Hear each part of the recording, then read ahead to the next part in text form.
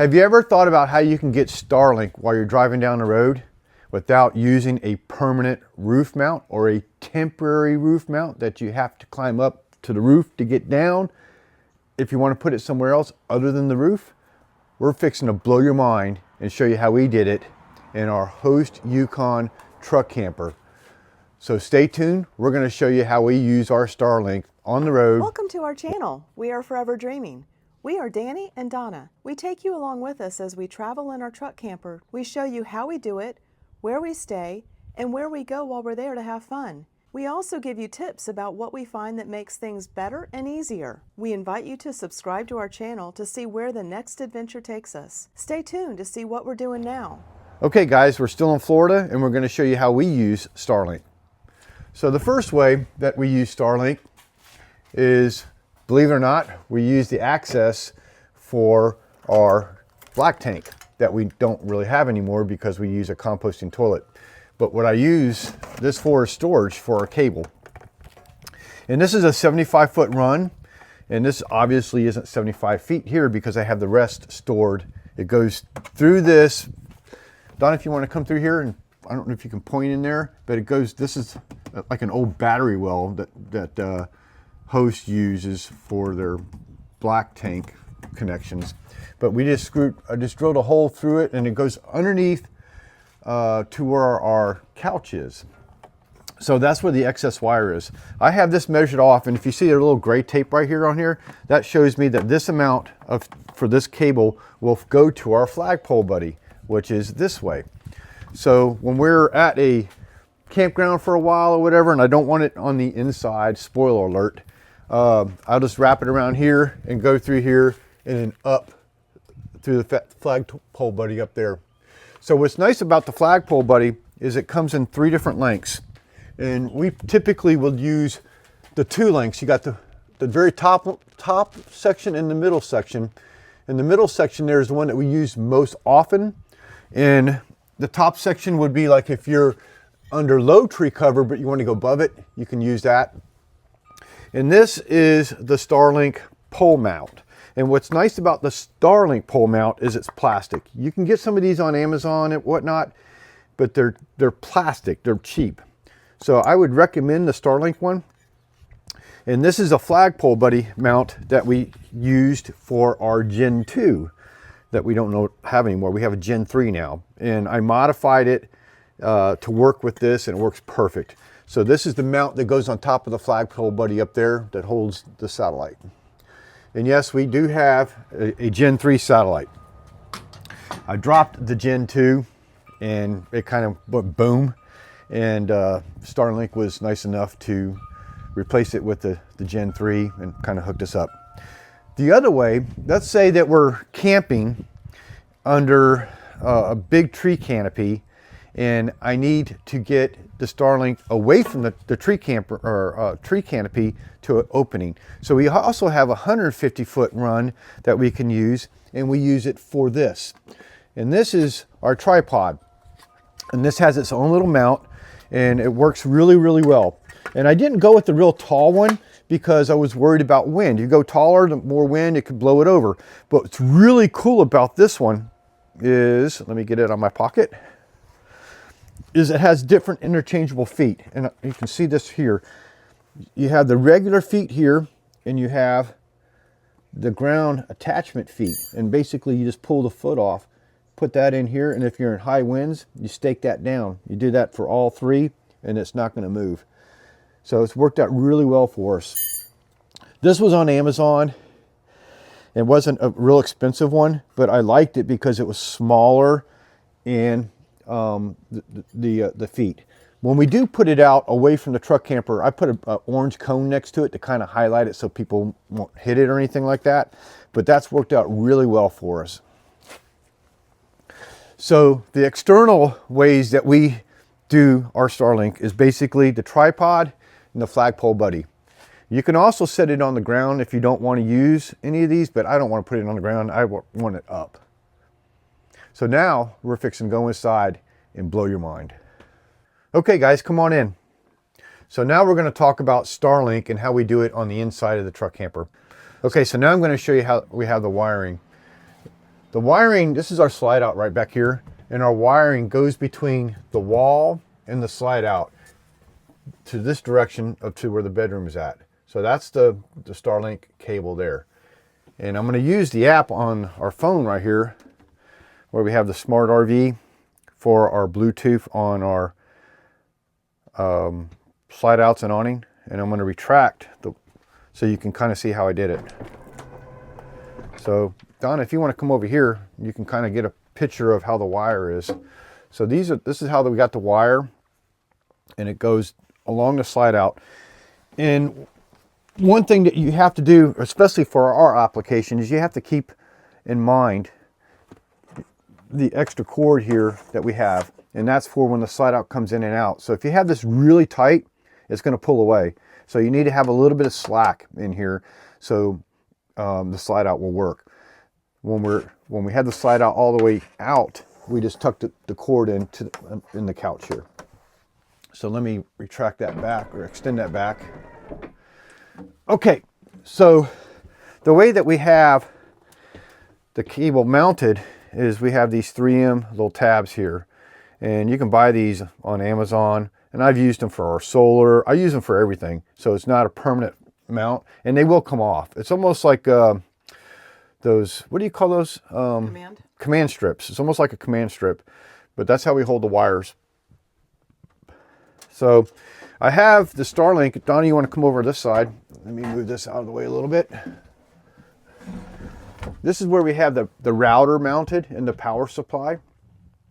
We used to have our Gen 2 mounted here. That's what these holes here are for. I still have to fix that, but that's where it's mounted.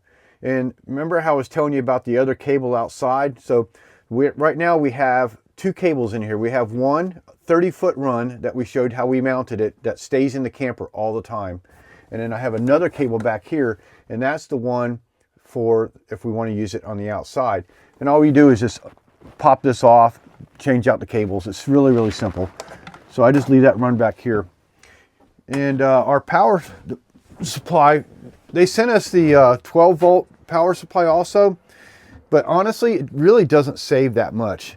The Gen 3 uses about 35 watts. It's really pretty good. The most I think is I've seen is like 55. But we have it down here on a plugged in all the time. But we're not using Starlink all the time or whatnot. We can turn it on and off with this switch. So we don't have to keep plugging it in, plugging it out. We just use this switch right here. And it works out really well. So now we're going to show you where the Starlink is. So let's go to the bedroom. Okay, so now I'm going to show you where we have the Starlink mounted. So Donna, if you pan up a little bit, this is our Skylight. Yes, it's in a Skylight. So I just open it up, and this is where our satellite dish is at.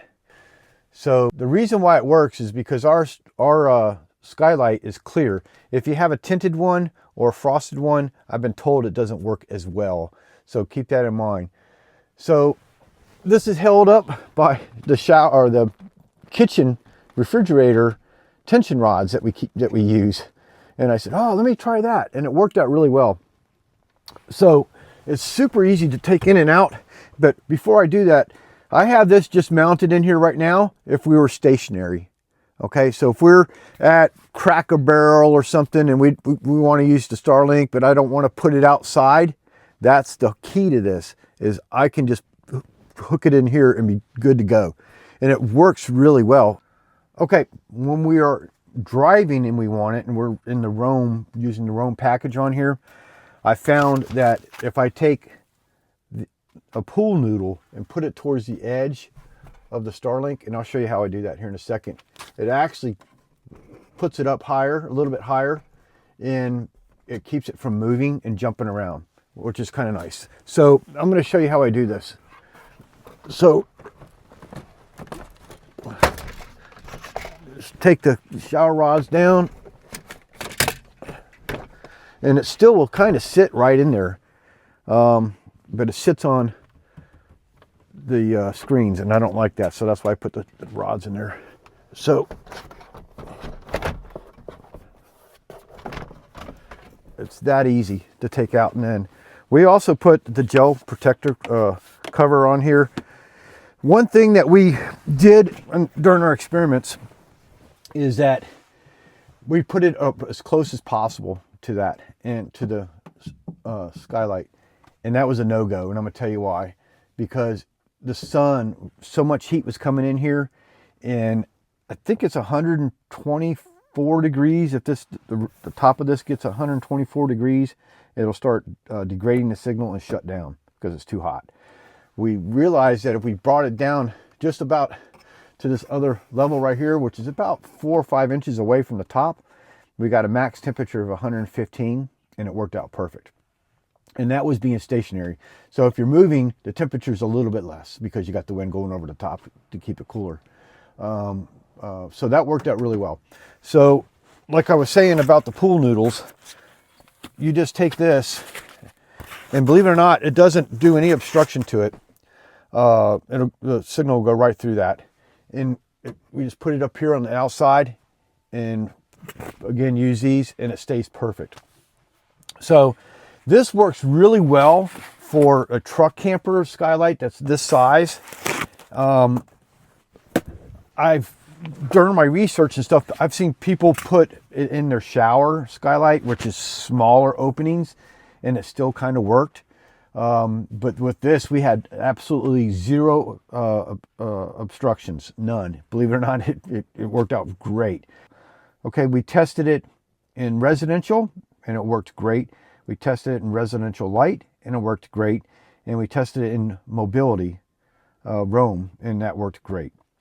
So this is how we have the wire going from the receiver back towards the slide out in the router.